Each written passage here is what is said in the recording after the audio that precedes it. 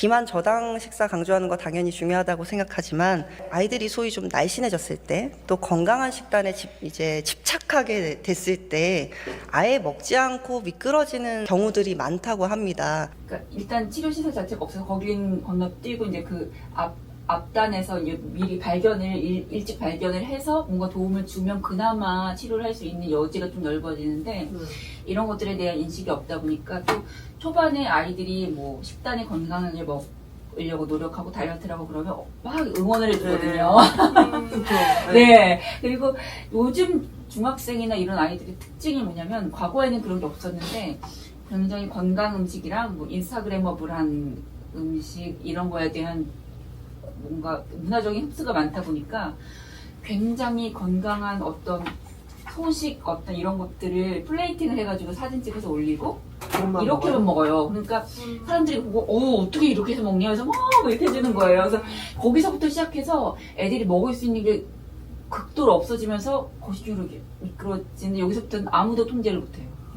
아니 그러니까 안 그래도 그래서 식이장애 관련해서 네. 자료를 좀 받으셨을 네. 때 그러니까 네. 약간 비만 치료만 맞아요. 있고 맞아요.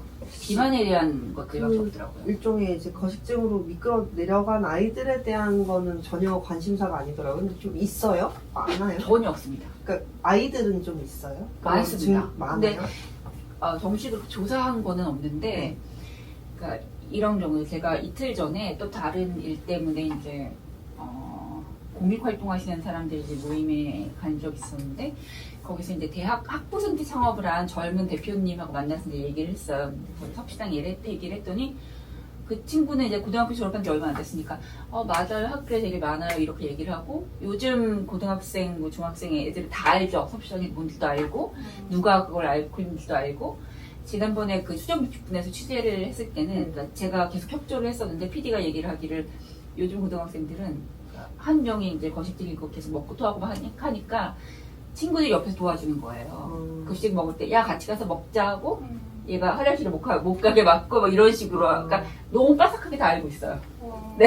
그 정도로 약간 광범위하다는 네. 얘기네요. 네. 익숙한 병이라는 거네요. 그리고 요즘 뭐 여대는 아니면 여자 대학교 기숙사 같은 데 보면 화장실이 다 막혀 있다든가 구토 금지 뭐 이런. 다이어트 네. 하는 분위기 때문이죠. 네. 아니 그러니까 저도 얘기를 했었는데 동네 이제 아기가 엄마 뚱뚱하다고 구박하고 오지 말라 그러고 저녁 때 자기 저녁 시간 안 먹겠다고. 네. 그러니까 애가 날씬하긴 하더라고요. 근데 이제 우린 그거 보기 좋다고 또 어른들이 칭찬할 네. 거고 그럼 걔는 계속 이제 그러다가 더 이렇게 그런 쪽으로 과잉될 수 있는 거네요. 네. 그런 경우가 너무 많아서 지금 제가 계속 이렇게 활동을 하게 되는 이유는 어머니들이 그러니까 아이들이 아프면 부모님들이 이제 뭔가 대처 방법을 찾으실 텐데 갈 수 있는 곳이 없는 거예요. 병원. 일단은 어느 병원 어느 과로 가야 될지를 모르고 그리고 일단은 이 어머니들이 큰 병원에 데리고 가세요. 일단 그러니까 뭐 서울로 가거나 아니면 지방 뭐 큰 병원에 가면 대개는 그 정신과에서 입원을 하라고 권유를 하시나 봐요. 그러니까 아무래도 그래서 입원을 시키자고 하는데 10몇 살짜리를 성인들이 뭐 조현병 이런 있는 폐쇄병원에 거기다가도 거기다 넣어요. 애를 어떻게 해요? 그래서 걔네들이 완전 트라우마 초기에 그렇게 치료하면 안 되거든요. 걔가 겪었던 일을 들어보면 가관이 아니에요. 그러니까 뭐 거기 일손이 부족하잖아요. 간호사가 한두 명 있을 만한데 그 다른 환자들 오늘은 모두가 주목하는 비만이나 과당 섭취 문제가 아니라 서울시와 서울시 교육청 수장의 관심에 약간 사각지대에 있는 건강정책의 빈틈인 섭식장애 관련한 노력을 시작하려고 합니다. 몸을 중심으로 우리는 양쪽 끝에서 고통받고 있습니다. 한쪽에선 지나친 당류 섭취 때문에 저속 노화를 추진하자 이렇게 얘기를 하고 있는가 하면 다른 한쪽에선 정확한 실태조차 파악되지 못한 채로 먹는 행위 자체에 어려움을 겪고 있는 사람들이 늘어나고 있습니다.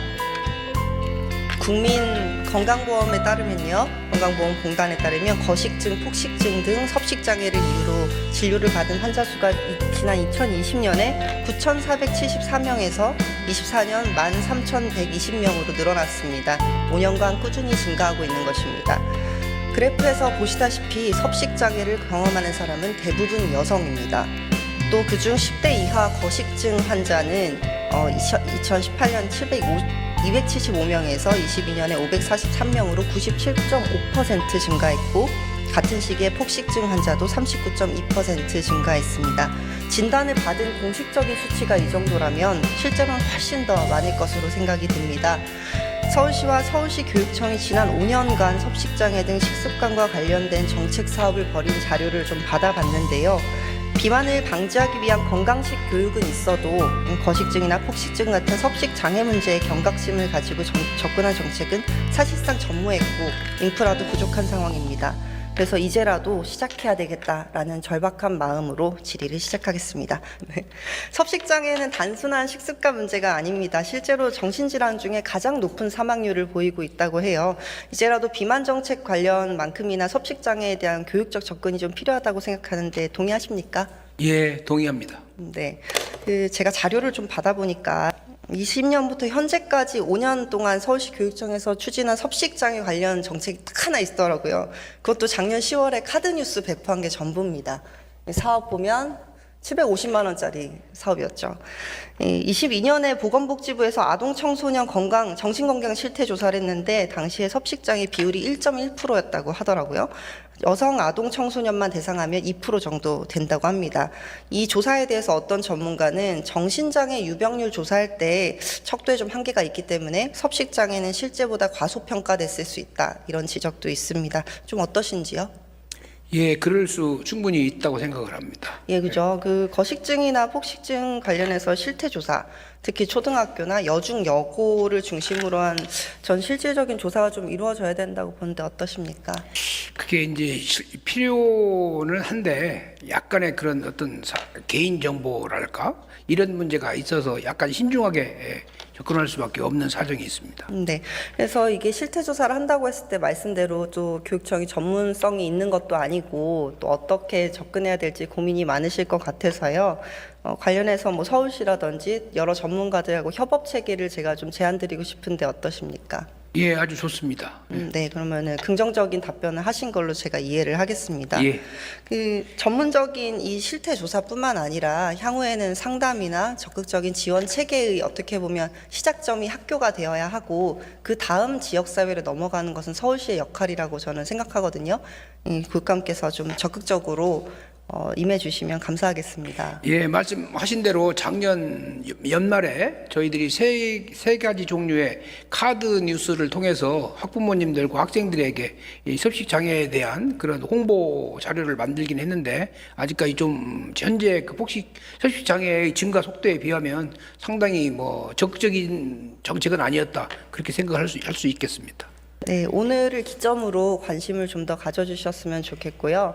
실제로 저도 지역에서 보면 이 초등학생들, 여자 초등학생들이 밥을 안 먹어요. 살찐다 그러고 학부모에 대해서도 뚱뚱해서 싫다 그러고 엄마 오지 말라 그러고 막 그런다는 겁니다. 뿐만 아니라 고등학생 정도만 돼도 반에 1명 정도는 그런 질병을 앓는 친구가 있어서 친구들끼리 일부러 급식실에 끌고 가서 먹이고 또 화장실 못 가게 붙잡고 하는 일들도 발생한다고 해요. 이런 실태 파악을 좀 해주시기 바랍니다. 예, 노력하겠습니다. 네, 그럼 시장님 나와주시기 바랍니다. 예, 그 요즘 덜달달 원정대 등 아동 청소년 건강에 관심이 많으시더라고요. 예, 최근에 행사도 하고, 예, 그렇습니다. 네, 작년부터 9988에도 포함하고 관심이 많으신데요. 제가 섭식장애 청소년 관련해서 사례를 좀 보니까 현장에서 청소년들이 상담 갈 곳도 좀 부족하고 이와 연계된 최소한의 의료 체계도 좀 상당히 부족한 실정이라고 하더라고요. 제가 그래서 비만 청소년을 위해서 애쓰시는 것만큼이나 섭식장애로 고통받는 청소년을 위한 정책 좀 고려하신 게 있으신지 궁금해서 여쭤봅니다. 이번 기회에 저도 좀 자료를 자세히 들여다볼 기회가 됐고요.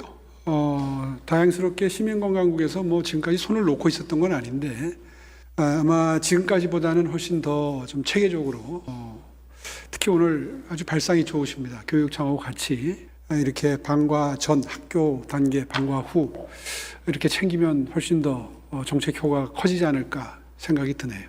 네, 지금 말씀하신 대로 뭐 여러 센터들, 특히 서울시 청소년 상담복지센터나 기초정신건강복지센터 같은 데서 안 챙긴 것은 아닌데요. 말씀대로 다른 더 큰 뭐 자살이라던가 다른 질환들에 좀 집중하다 보니까 기초적으로는 이 질병에 대해서는 좀 지원 체계가 허약한 측면이 있습니다. 받은 자료에 따르면 뭐 1인당 연간 치료비랄지 지역사회 연계 시스템 이런 게 나열돼 있고 잘 돼 있는 것처럼 문서에 보이긴 하지만 제가 그래서 좀 여러 부서들 같이 모여서 회의도 해봤습니다. 도대체 이걸 어떻게 어떤 방향으로 접근해야 되는지 얘기를 해봤는데 각자의 허들도 높고 또 한 분야 접근으로만 해결되는 문제는 아니라서 그렇다 이런 공감대가 확실히 있었습니다.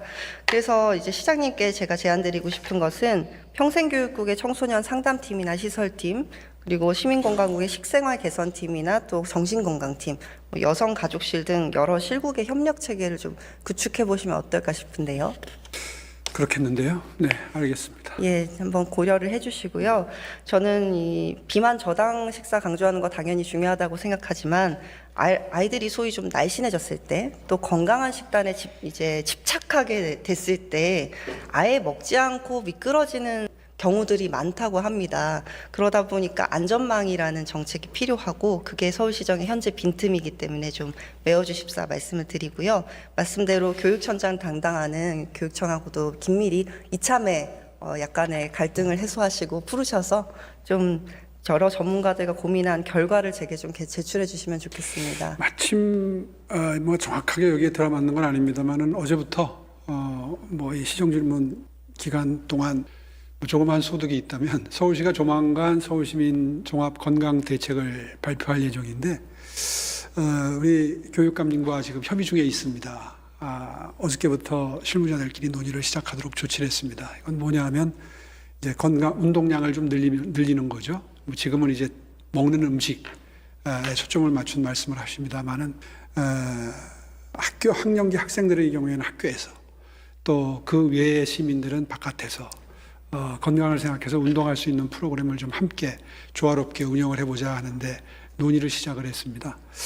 종합적으로 이 운동하는 것과 섭식하는 것을 입체적으로 챙기면 참 괜찮은 종합적인 대책이 나오겠다 하는 생각이 듭니다.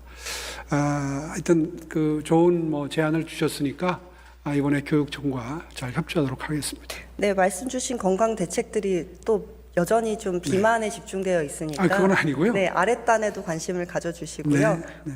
뭐 예산 지원이나 근거 조례 필요하시면 제가 준비하도록 하겠습니다.